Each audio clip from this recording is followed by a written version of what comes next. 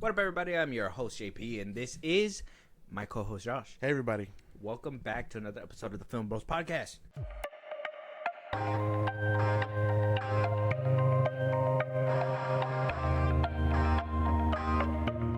Josh, Yeah. we're here today to talk about absolute cinema. Right. I would classify it that. We are here to talk about some absolute cinema. Such absoluteness when it comes down to this cinema, Yeah. right? That this movie is getting praised from all angles, right? Being, in a way, praised backhandedly by the trades, right? Because of, certain things that we talked about in a different episode. Given a small amount of budget, with, 90 million is not a lot of money, for it to go and exceed expectations to the point where Warner Brothers did what basically Sony wanted to do with Morbius, but actually gave this movie a re-release in IMAX and all that stuff because of high demand and fans wanted it. WB can be a real pain in the ass, but sometimes they get it right. Right? Sometimes they get it right. And it sounds like today we're going to be discussing a movie that they got right. Josh, let them know what we're talking about today, and let's get right into it. We're talking about Sinners 2025. We've been gone a long time. We back now. You twins? Nah, we cousins. There are legends of people with the gift of making music so true. It can conjure spirits from the past and the future. This gift can bring fame and fortune. Will somebody take me in your eyes? But it also can pierce the veil between life and death. Sinners 2025. Sinners. So we do have pretty good cast, right? Wound up being filmed in 70 millimeter IMAX cameras. Yeah. We had the pleasure, right? Yeah. To we popped our 70 millimeter cherry. Yeah. Okay. Well, That's right. Yeah. You got yeah, it. you heard that right, fans. You heard that right. We popped it, and we went to go watch Sinners, and oh my god, like, movie and stuff to side because we're gonna talk about that in a second. But like, visually speaking, That shit was amazing. oh my god, Like, I know I missed out on Oppenheimer, and I mean, sadly, sadly. me too. Like, this being the first one, great. I don't even know how I could watch movies any other way. You wanted to go watch Thunderbolts? I did. It would have been fucking. I know I would have had a blast. You, not so much. No. I was over there homelandering it. Well, that's another conversation for another day. So, like I said, Sinners is kind of proven itself to be like... Sorry. 1, 2, 3. Sinners is proven itself to be a very eventful film in itself, right? Yeah. A movie that at first was only seemingly about to make, according to the trades, about $50 to $70 million on this opening weekend. For sure. That's not a lot, but at the same time, it's getting close to its budget because it was only a $90 million budget, but still people were like, that's still kind of a flop. Like, what are you guys doing? If you don't make your money back, it's a flop. Yeah, if you don't make your money back on the first weekend, apparently it's a flop. You don't get multiple weekends to do that. It's not like, Not anymore. Not in this day. it's not like we've seen certain movies make comebacks like that, right? Inside Out 2. Yeah. Was it Inside Out 2? No, it was what was that? No, it was a Pixar film. Yeah, the alien one. I don't remember what it was called. Yeah. But that one was like going bad, and then it, after like the second or third week, it wound up Just started picking up. being picked up. So it's like these movies, you can't count them out. You can't count them out. Which it's crazy that this movie actually blew up to be what it was, because where like the previous years you had at least 2 movies to make this event happen. Yeah. Sinners did it all by itself. And I don't know if we can thank Warner Brothers for this. I personally think Ryan Coogler, his like interviews and him talking about the camera, The way he and was gassing it up. Yeah, like he made it sound like it was like his passion project, and it showed on screen how much he loved it. Him and Michael B. Jordan, because it seemed like he was a producer on this movie as well. Sure. It seemed like they really put a lot of heart in this movie, and it had to have translated through word of mouth because everybody's watching it. Yeah, no, and the way it climbed back up, and like you said, I mean, sold out immediately once they announced they were coming back to That IMAX re-release after Thunderbolts. broke the AMC server. Yeah, so I mean, this movie is in very much high demand. Like, can we sit on laps? Just start reserving. Yeah, double book it. Like, hey man, you got a free seat right there. He's like, nah, this is my seat. I'm not talking about that. Sir, one. you're 5 laps deep. It's like Start stacking motherfuckers up. Move to the left, please. Sinners just proved to be that movie.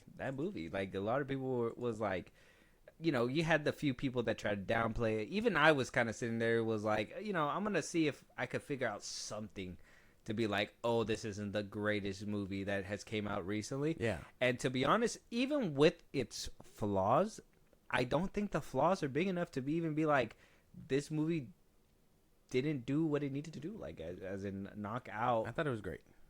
Well, yeah, didn't it knocked out like it knocked people's expectations back. Yeah. And let's be honest, like, even from the first trailers, we were interested, but it wasn't like super heavy. We had like some kind of speculation. You just knew Michael B. Jordan, Haley Steinfeld. Ryan Coogler was the name too, right? Because he made Creed, Fruitvale Station. He was in Black Panther. He made Black Panther. So like that duo together, Michael B. Jordan and Ryan Coogler, we were just like, we're locking in. We already know. We already know. To get what we got though, spoiled is rotten. I need these two to continue to make movies together. That's all I need. That's all I hear. I need Sinners 2 to be in 80 millimeters. How do you even have that much film? Coogler, you figure it out. make a. If anyone could do it, Christopher Nolan, and just hand over the technology. Yeah. Hopefully, cops don't go and harass him. Oh, jeez. Anyways, we're moving on. So, Ryan Coogler brought us Sinners, right? Sinners is currently at a 98% fresh on the tomato meter. Yeah. Popcorn meter, verified hot, 97%. 98% and 97%. Who is the 2 and 3% that hated this movie? Like, I don't know. I don't know. Please tell me. Maybe horror people that don't like horror. I don't know. That'd be it. I mean, unless you're dumb and you weren't paying attention, or I don't want to say it, but if you're very bigoted, I don't know. Maybe that would be my thing. I'm not too sure, but I think both scores perfect. I think both should have been 100, but I guess Michael B. Jordan isn't everyone's cup of tea for some reason. We lost the main star. We lost the main star. Yeah, I mean, if this is what people came to as a conclusion of what this movie was, the box office speaks for itself, and I would just say the word of mouth. That too, because everybody that I talk to is either can't wait to see Sinners, and they're like, oh my god, like, I haven't even watched it yet. How were you able to go watch it? And then some people who watched it and they're just like, dude, I want to watch it again. That shit was epic. Like, if anybody should have been watching this multiple, that person that was on Twitter that was like, the 54th watch for Dune Part 2. Where was the person who did this for Sinners? Like, that's what we needed. Yeah. We needed somebody to just keep going back and just keep watching it. You know what? Re-release. Just do it again. In 70 millimeter? Over and over again? That's crazy. That'd be crazy. That's like $20 a ticket. Like, that's crazy. I'm just going to sleep in there. Yeah. Wait for the next showing. Like, hey, whoa, I got this one. This is the same seat for the next showing. You can sit on the lap. 5 laps deep. Yeah. Oh my god, bro. So Sinners, like I said, directed by Ryan Coogler. Ryan Coogler was the writer as well, so this is all his film. This is like his baby, right? This is his baby. We have Michael B. Jordan, 1 and 2, right? Yeah. Michael B. Jordan, 1 and 2. We got Jack O'Connell as Remick, Saul Williams as Jediah, Miles Caton as Sammy Moore, Andreen Ward Hammond as Ruthie, Tanae L. Jackson as Patrice, which is would be Smoke's love interest, right? Yeah. Because it was Smoke and Stack. Smoke and Stack. Stack was the red hat. Smoke was the blue hat. Yeah, so that was Smoke's wife, or girlfriend, whatever they were to each other. And you know, the cast goes on and so forth. We got Omar Benson Miller as Cornbread, crazy. Haley Steinfeld as Mary. We got a pretty decent cast, a really very decent stacked, cast. very stacked. Yeah, 100%. Josh, before we talk about these characters, you want to give us a brief rundown of what Sinners is about? Spoilers up ahead. If you guys haven't watched the movie, leave now. But if you have, stay. And if you want a review and you don't care about spoilers, well, stay anyway. Yeah, we're about to get into it. You maniacs. Keep going. Sinners follows two twin brothers, both played by Michael B. Jordan, as they come back into town and want to open up a juke joint. For around this time, the colored folk. It's Michael B. Jordan and Jordan B. Michael. Oh, okay. Right. Played by these two people. They're synonymous. So they recruit their cousin, which is a preacher boy, Sammy, who doesn't really like the church. Or he likes the church, but his heart lies with music.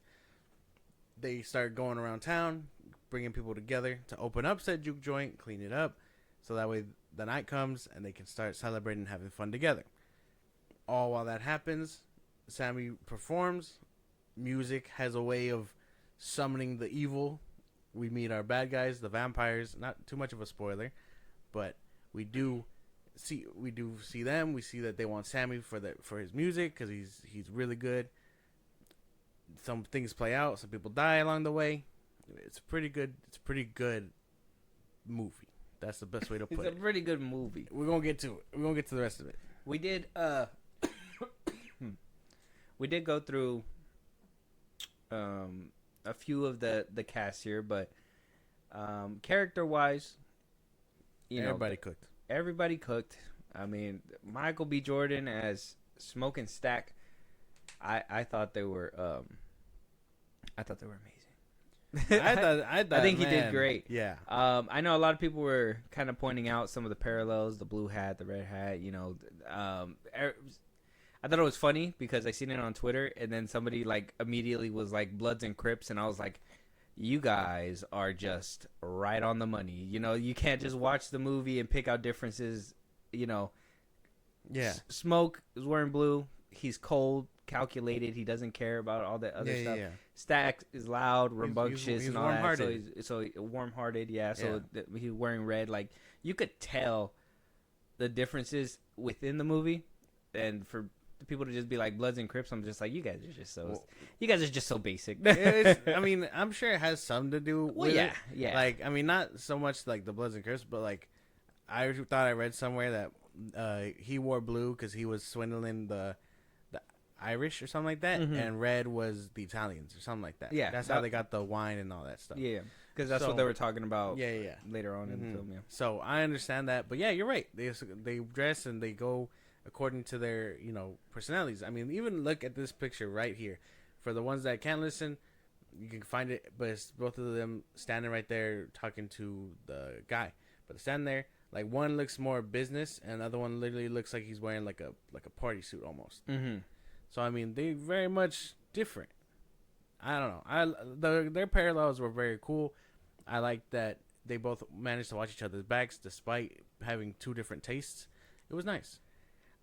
My thing that I really loved, and this is something that everybody did their thing. I really don't have anything bad to say about anybody, but because I was like, Michael B. Jordan playing with Michael B. Jordan is gonna be like, there's gonna be a lot of cuts and edits. They're not gonna put them together that often. Yeah. Ryan Coogler coming straight out the gate and said, not only is he gonna be rolling a fucking spliff, but he's gonna pass it to him. Yeah, they're gonna light it up, boom, pass it back, smoke, boom, boom, boom. Like, it looks so real. Yeah, all that I had of worry in the back of my mind just completely disappeared. You put it at ease immediately. Because I thought so too. I thought, well, we're not gonna get too much scenes of him together. And we kind of did. I think setting up things in the beginning, they were far apart. They had different missions or whatever. But like once they get the juke joint moving, they're like literally in the same room all the time. Yeah, pretty much. It was great until obviously things happened to both of them. Yeah, they leave and whatnot. But it's cool. But it's good that we get enough in between them to satisfy us. Like he didn't like shy away from it. Yeah. Where other off-screen stuff, they whatever, blah blah, make noises off-screen, whatever. Like he was like, I'm showing it front and center. Yeah. And I thought that was really cool. So that was one thing that I really liked. So like having Michael B. Jordan as both leads didn't hurt the film, which I was kind of worried. Like for some reason, I was worried that Michael B. Jordan wasn't going to be able to make it happen, and Ryan Coogler. But I'm happy they made me think otherwise. Miles Canton, when I found out his story, that this is like he's a blues player and this is like his first role or something like. No, not a blues player. He learned. He's a musician and he learned how to play the blues for this film. I was like, that's pretty cool. Yeah. And I thought he did really well. His scene, that one scene where he's singing and all that stuff, dude, took me away. I like that. I started levitating. Yeah, he's a star for sure. Tanaj L. Jackson, who played Beatrice. Yeah. Okay. I didn't know she got it like that. Over there at the MCU, they put her in a TVA suit, and I was like, I didn't know she got it like that. But then they wanted to put her in Sinners, and they were like really like flexing her and shit like that. So I was like, what is going on here? Like Marvel tried their damn hardest to give her a nice family friendly image, and they just threw that shit out the window. Coogler said, "Fuck that noise." Yeah, fuck all of it. So that was interesting to see too, as like, obviously they're gonna take different roles and whatnot, and it's gonna be different, but like the drastic change from, because the first time I've ever seen her was the TVA. Yeah, I don't think I've seen her in anything else, and then to see her again in Sinners is like, she was in the Django.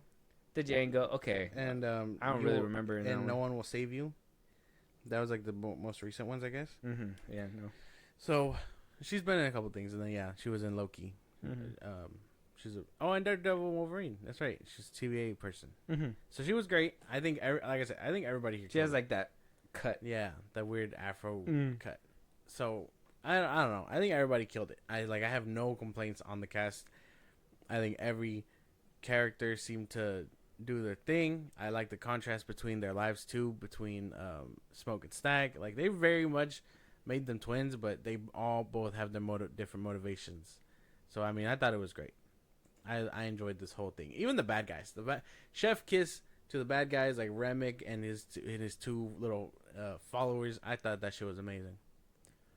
They did so well. I know people were saying like, oh, if you praise their performance, like you're kind of bad, but I'm like, no, you can acknowledge their performance. What do you mean they're bad? They're actors. They were actively saying like, if you do it, I mean, I don't think it's true, but they were saying that like you're probably racist if you like them. I liked every single, like, especially like the scenes with Remick, when he was like, when they were in front of the barn, right, and he was like, hey, like I want to go in there and play music, and then they're like, hey, I'm pretty sure there's some good white jukebox joints or whatever somewhere else, and he's like, oh, is this like that whole, like his emoting and showing like how appalled he was, because it's a spoiler, he's a vampire, but like him not caring about that, but just his only goal to come is to be inside. Same thing with like Cornbread, his character too, like switching from one way to another. Like you could tell that it was a play on for like the vampires and stuff, and I thought Remick played his part. Everybody did so good. Everybody did so great. I have no complaints about the cast. Ellie Steinfeld really lost herself in that role.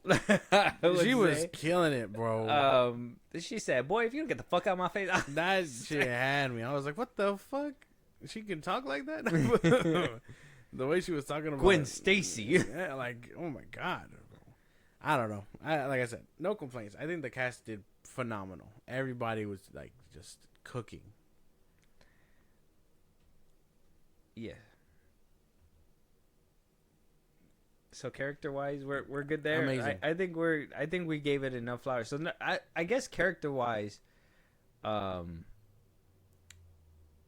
I want to say one bad character.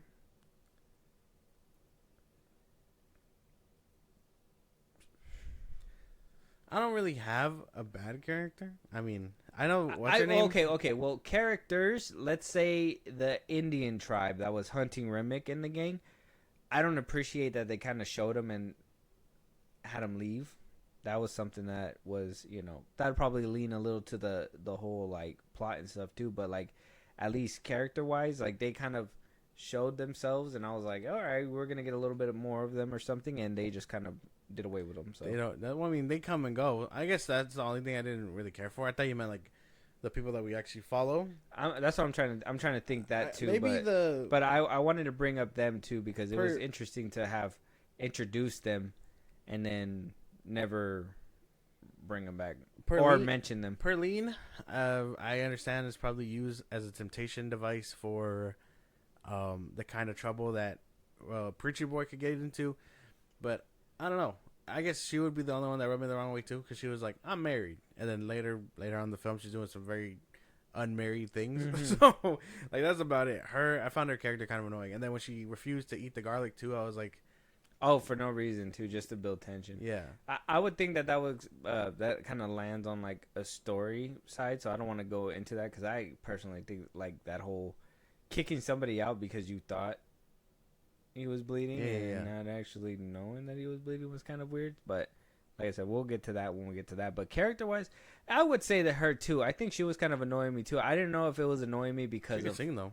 I like what she was singing. She can't sing. I didn't when I was sitting there. I didn't know if it annoyed me like purposefully because like their character was supposed to do that. Yeah. Or if like just like her whole existence was just a bothersome to the film, right? Because I mean. Well, did she have to be married? Did she even have to say that she was married? Couldn't she have just like went along with it and they could have had a good time? I don't know. Like, I would have understood it a little bit more if they were having a good time halfway through and then he's like, "What the fuck, you're married?" Like, I would have preferred he find out midway and all that. That way, because it's like it would push the narrative forward for his character to be like, "Well, I'm doing unholy things," knowing he has to get up and do church in the morning. And well, I mean, him still chasing after a married woman. I guess that's the same thing too. Off rip, yeah. That's why like crazy stuff though. Yeah, I'll give it. I would just say her character, but I mean I liked her singing too.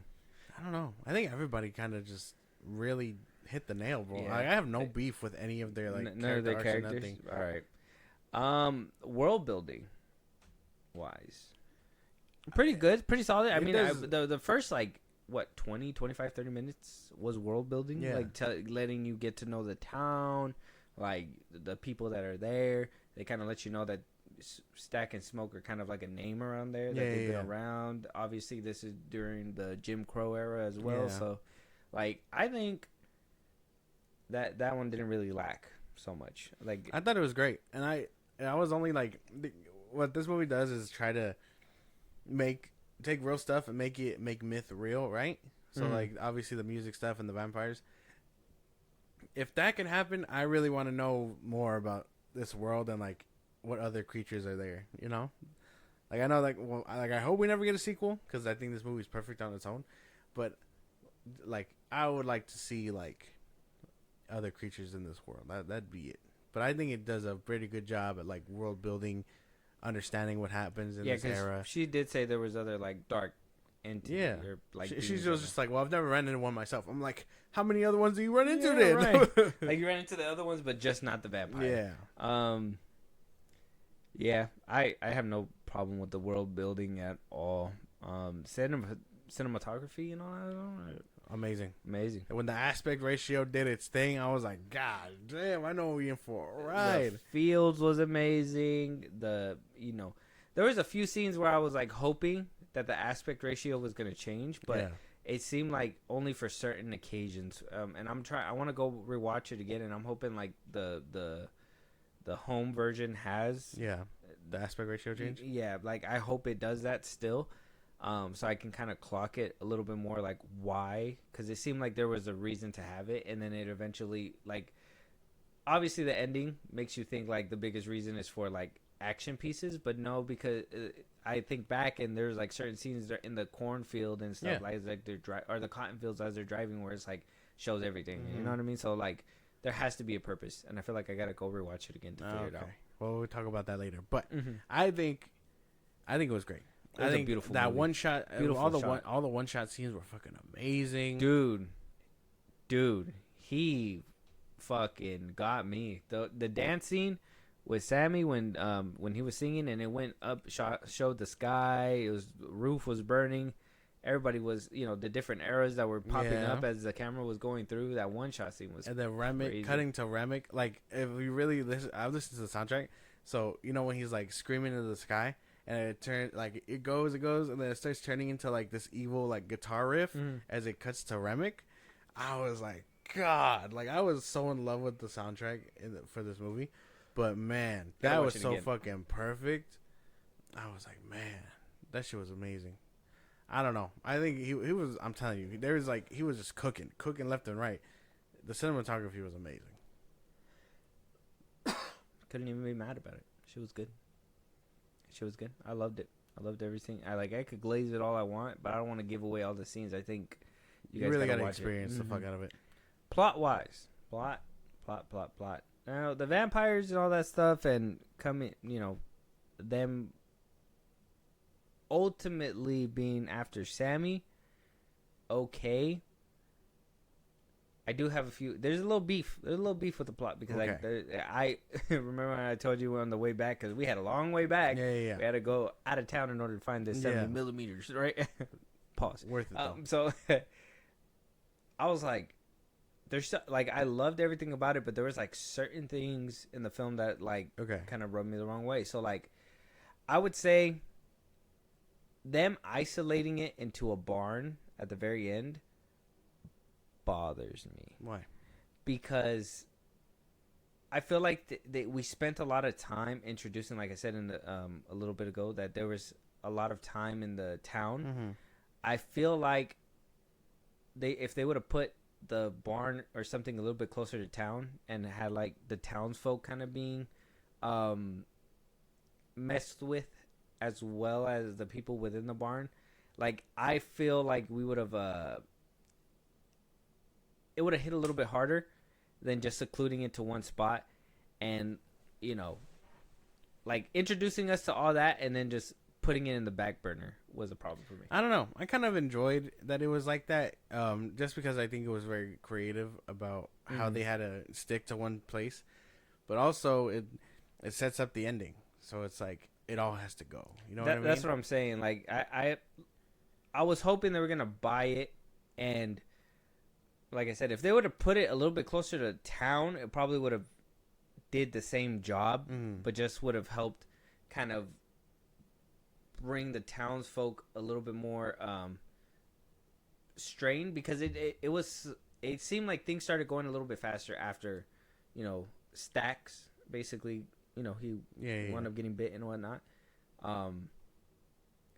After that is like party's over, and then everybody you saw what happened to everybody, and then it's like everybody's out there trying to get in, and then eventually it gets to the point where we need them to. We can't have this stand still all night. We really can't. Which they should have. But they were just like, to me, it felt more like the movie is coming to an end. We got to figure out a way to get the vampires inside. Okay. And for them to basically use, what was the character's name? Remember her name?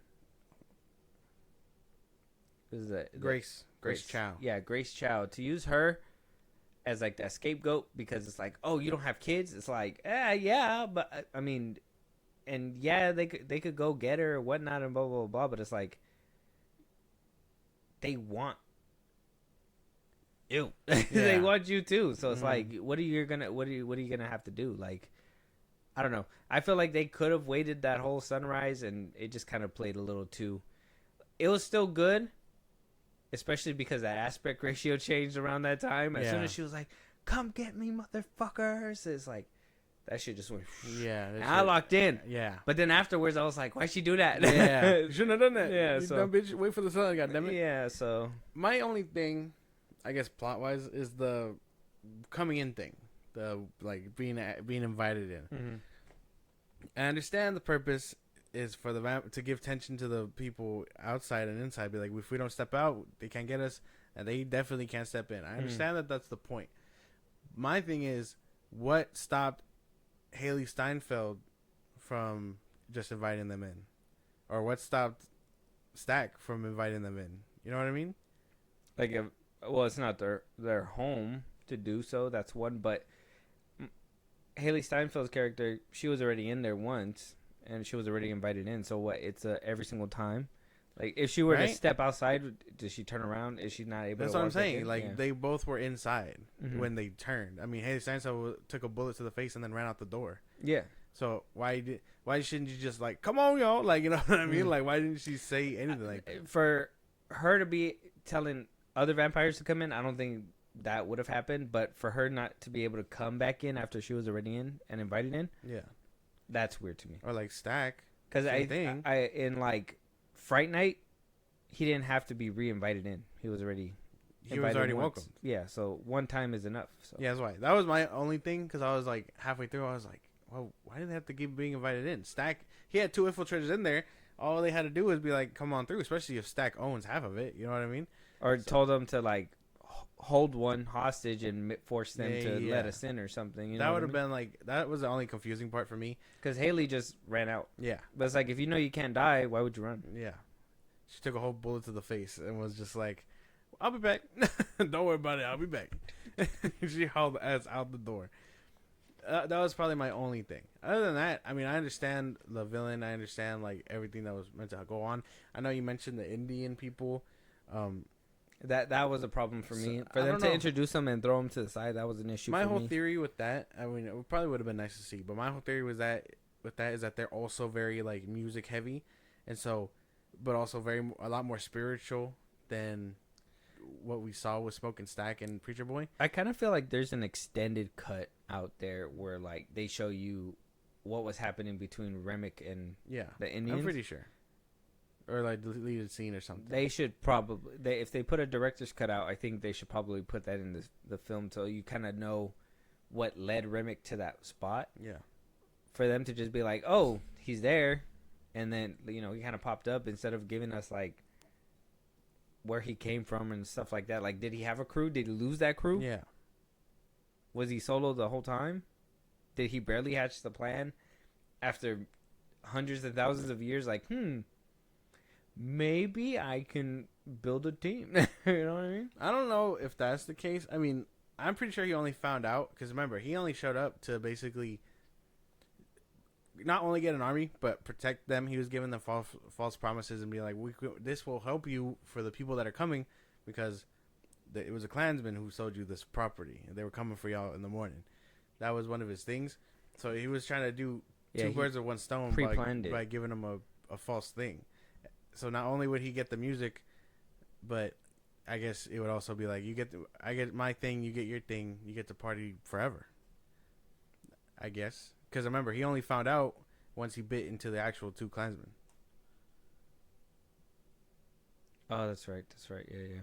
Like the 2 that were helping him throughout the whole movie. Mm-hmm. So, I understand that. I guess the Indian people were the only ones that I get.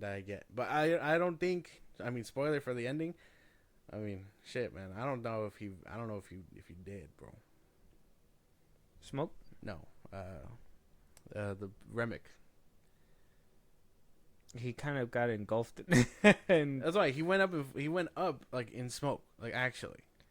Like what if that was a way to like escape, and then the same way what he did in the beginning, like he just lands somewhere smoky, burning, knowing he has to feed to be okay. That's my running theory. Well, maybe, but every other one popped. Yeah, they're gone. They're dead. Yeah. Everyone else is like they did. Like kind of spoilery. That was another thing too. Was like, why wasn't Stack and Haley's character there with the rest of them? They should have been there. They ran. He told them to run. Yeah, they told them to run, but it's not up to them. It's mind control. That's why the rest of them were there with them. Right? Like, is it mind control? Or is it not mind control? That was my thing too. Like, that's where the inconsistency was coming with like the vampires and stuff like that. Where it's like, yeah, he has mind control, and then it's like, okay, so he could read their mind, but is he telling them what to do? Is he telling Cornbread to go to that door to lure them out? Yeah. Or is Cornbread doing that on his own? I think it's free will until he orders them to do something. Well, that's what I'm saying. But like, does he? Why aren't we told what the orders are too? You know what I mean? Because if we don't know, then That's why it seems kind of muddied. Also true. Cause, I mean, I know they also try to bridge the gap when Smoke's love interest is like trying to tell everybody like, hey, this is what the deal is. But again, the welcoming in stuff and like, yeah, assuming that they all work like that, even though she kind of said that they can. It's not like they'll be brought back, but they do have kind of free will, even if the big one's dead. Like, I don't know, a lot of contradicting stuff. Maybe we're just not vampire experts, but we got to find our own. Or maybe Coogler kind of played loose with the vampire rules a little bit here. Maybe, I don't know. And if that's the case, then shame. No, you leave him alone. No, Goddammit. deduct 2 points. I don't care how beautiful the movie is. I definitely care. I can look over that. Yeah, it was a beautiful movie, but at the end of the day, like those things should have been addressed front and center. Like, introduce us to the town folk and stuff like that. You know where they're gonna be at, but set up Remick in a right way too, where like it didn't exactly how it happened in the movie. He just felt like he dropped in. I'm like, you shouldn't have. Yeah. You should have showed us what, or at least if he dropped in, at least later on show us like I was being chased by these vatos or whatever. Yeah. Boom, boom, boom, and then eventually I got here, and the reason why I was being chased is I was trying to start our own, because it seemed like that was kind of his motivation. Like he was trying to start his own like little vampire clan and all that stuff, and keep himself to, the way that he said it to Smoke is like, we don't care about color, we just care about being the one race, which is vampires and whatever. And it's like, okay, well, that's, I can get behind that. If everybody's undead, then what else? I mean, what's it matter? What does it matter? But it's like, you could tell obviously the double entendres when it comes to those things or whatever. But it's like that stuff shouldn't. That the messaging is cool, the double entendre is cool, but let's get to the movie. I need to Focus know what a bit happened more to him. on the vampires. Yeah, like, we understand it's all an allegory for, slave owners and the Klansmen and all that stuff, but you're also dealing with mythical things that apparently in this world needs a little bit more build up. So that probably should have been another main focus.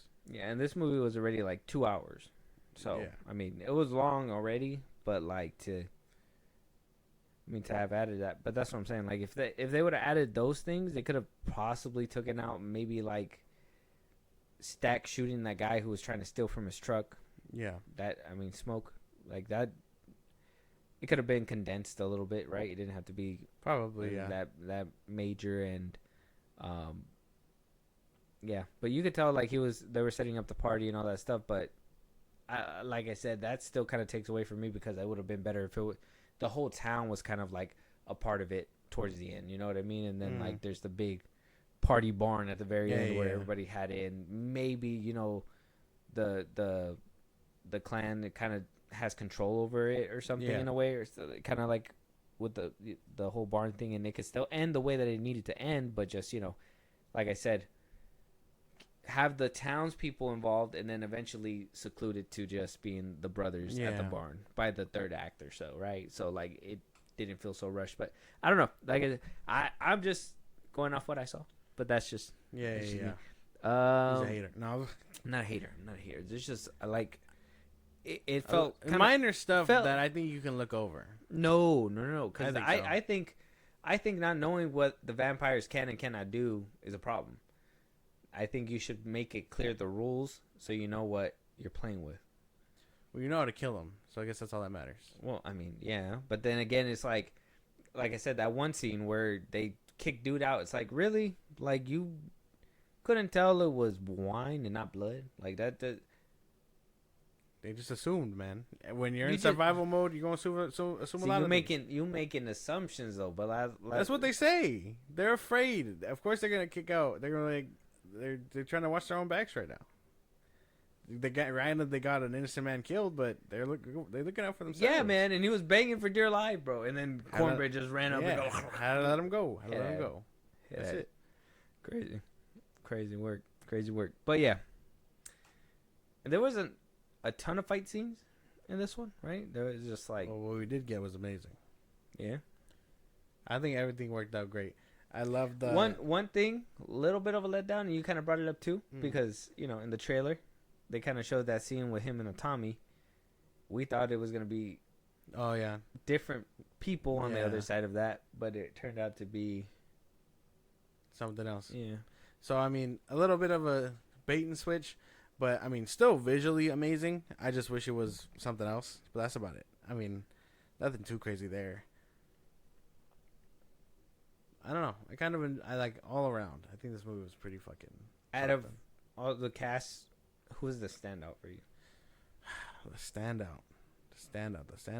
I think Michael B. Jordan and the dude who played Sammy. Like, I think both of them. I mean, you can't even say three of them, but both of them like managed to do so fucking well. I mean, and like that's what I'm saying. Even like. You know what? I'm going to have to give it to those two and Remick, the dude that played Remick.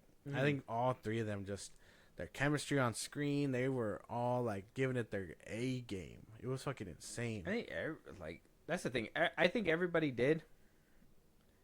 Even, like, Delroy Lindo, he played Delta Slim. Yeah. He was, he was the one that was like, I drink, He was I a make money drunk. and I drink. Yeah. He was funny. I liked him as the comedic relief.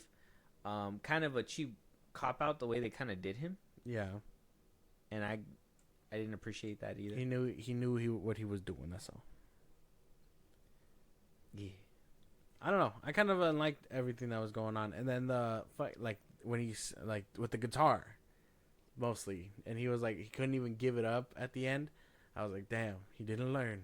And then, well, he ends up becoming Buddy Guy. One thing I will praise before we start hitting the corner to ending this here is that the blood. The blood in this movie. Yeah. The blood in this movie wasn't CGI nonsense. And I enjoyed that. There still was CGI blood, but it was like a blend of like practical with CGI. So I enjoyed it. You could tell like it was like a bag, and then they needed it to shoot a little bit further, so they just CGI'd it. Yeah. That's nothing bad. And I like that trying to me and trying to make it look real. Yeah. I appreciate that. For you guys to just cheap out and just, blood bullets and all that stuff. Like, even when they was shooting, like, Haley, it seemed real. Yeah. So I was like, oh, okay. When Michael B. Jordan takes that bullet, like, and you can actually see what's happening, it's like, whoa, what the fuck? That's crazy shit. So, yeah, attention to detail. I think, yeah, prosthetics and, making the movie look as good as it did really comes down to a fucking A1. Ryan Coogler. In Ryan Coogler, we trust. That's the shit I'm going with. I don't give a damn. And Ryan Coogler and Michael B. Jordan. We trust. This is kind of like, it was like the best duo since Jason Statham and David Ayer. Oh my god. What is it? Hold on. That's not what it's called. Jordan Peele and what's his name? Daniel Kaluuya. Mm-hmm. Like, just Dream teams. magical duos. Magical duos. Martin Scorsese and Leonardo DiCaprio. I was gonna say that would be more like Robert De De Niro. Niro. Robert De Niro, but yeah. Both of them. Just another like great duo. Like these two, especially since Michael B. Jordan has come a long way since just being an actor. I mean, he's a producer. He's a director. He knows how to direct. So like he's really coming into his bag. And for him and Ryan Coogler just be coming up. Didn't he say he's gonna do Creed 4? Isn't he directed that one too? So just to be coming up and doing it again. I know Ryan Coogler said his next film was gonna be Black Panther, and I think he said he also wants to try and do the X-Files too. I think he said that he would be down to do a sequel to or spinoff. I think Pam also. Yeah, that's why. So I think like they're all trying to get their own stuff going in. It's so fucking amazing. They want to franchise the Sinners, and I mean it's a good project, and I think there's potential for maybe like a trilogy. I would say go and do a prequel and kind of show us the things that we probably missed in Sinners. Like I said, show us remake, all that stuff. Like kind of show them getting to the places where they need to be in Sinners, and maybe do the a sequel with Michael B. Jordan and Haley Steinfeld, and if there's a way that it can kind of haunt them in the era of like, I don't know, wartime or something. I don't know. like see if it can like haunt them further on or something, like that would be pretty cool. But I don't think they should like franchise this where it's like spin-offs and this and that and the third. Is like, I don't think that this is a solid franchise. trilogy. Yeah, I think a solid trilogy. Solid trilogy for sure. I would say if not a prequel, 2 sequels, but I would say a prequel. Yeah. At least a prequel to fill in the gaps that probably were missing. But what do I know? I'm just here. Josh, what is your rating, though? Obviously, 1 is the least, 10 is the most, 5 being in the middle. Go ahead. I love this fucking movie. Don't overglaze, bro. We said some bad things about it. I don't give a damn. I'm ready to look over everything. What do you mean? Like, I think all those things I can look over. That's You're the gonna thing. look over like a white picket fence? Yeah. That's not good. No, it's not. But I can do it anyway. I think this movie was amazing. I think even with all the negatives, you can really overlook that because this movie, everyone delivers like great performances. The music's there. The story's pretty good. Like that, I had a blast with this fucking thing. It doesn't help that we all saw it in 70mm, so it's like, goddamn, glazing is glazing. But man, this movie was fucking damn near perfect. I gotta give it like a 9 out of 10. It was good. It was a great movie. I enjoyed it. 100%. I agree with you with everything that you said. It was an amazing film. It looked amazing. Not. I don't think a film is perfect, but you can get damn near close to perfect. Exactly. Like I said, beautiful film. Everybody did their thing. There was a couple minor plot things. 8.5. Damn. All right, I can live with that. 8.5. I can live with that. Yeah. Anything below an 8 is a crime, so it's okay. Okay. I give it an 8.5. Yeah. If they wound up putting out like I said, a prequel that kind of addresses some of these things, because I think a lot of the things that I'm thinking about can kind of be addressed in a prequel, where you can kind of maybe start hammering in the vampire laws and all that stuff. You know what I mean? Like why they couldn't come back or whatever. Yeah. Blah, blah, blah. Like you can explain that a little bit. Yeah, go a little bit further. But other than that, I say go check it out. It's getting re-released. It's actually re-releasing May 6th, right? Yeah. May 15th. May 15th okay. to May 21st. So if you guys haven't gotten tickets, then it's probably already sold sold out. Yeah, it's sold out. You missed out. I'm sorry. It is gone. Yeah. You missed. You can still try though. Bribe someone for their tickets. Mm-hmm. Sell food stamps. I'm just kidding. That's illegal. Don't do that. That's crazy. Check it out if you haven't. If you have, let us know what you guys think. I know a good chunk of Twitter saw it because of Haley Steinfeld. You bunch of gooners. Disgusting, filthy gooners. But valid. No, y'all make me sick. I need to watch the movie again. Let us know what you guys think. With that being said, though, any topics that we should be covering, any movies you want us to review, TV shows, you want to hear your voice on one of these episodes, Josh, let them know where they can do all that. Twitter, TikTok, Instagram at FIlmBros Podcast. We post episodes there. You can hit us up there for any news or movies you want us to cover. Buzzsprout link is the social I just gave you. It's like a Patreon. You subscribe, help the show grow. Really appreciate it. Listen to us anywhere you get your podcast at FIlmBros Podcast, Spotify, YouTube Music, Apple Podcasts. Again, wherever you get your podcasts. Be part of the conversation. Twitch at FIlmBros Podcast. And when it's all said and done, subscribe to our YouTube at FIlmBros Podcast. And with that being said, we'll talk to you guys on the next one. Talk to you guys later.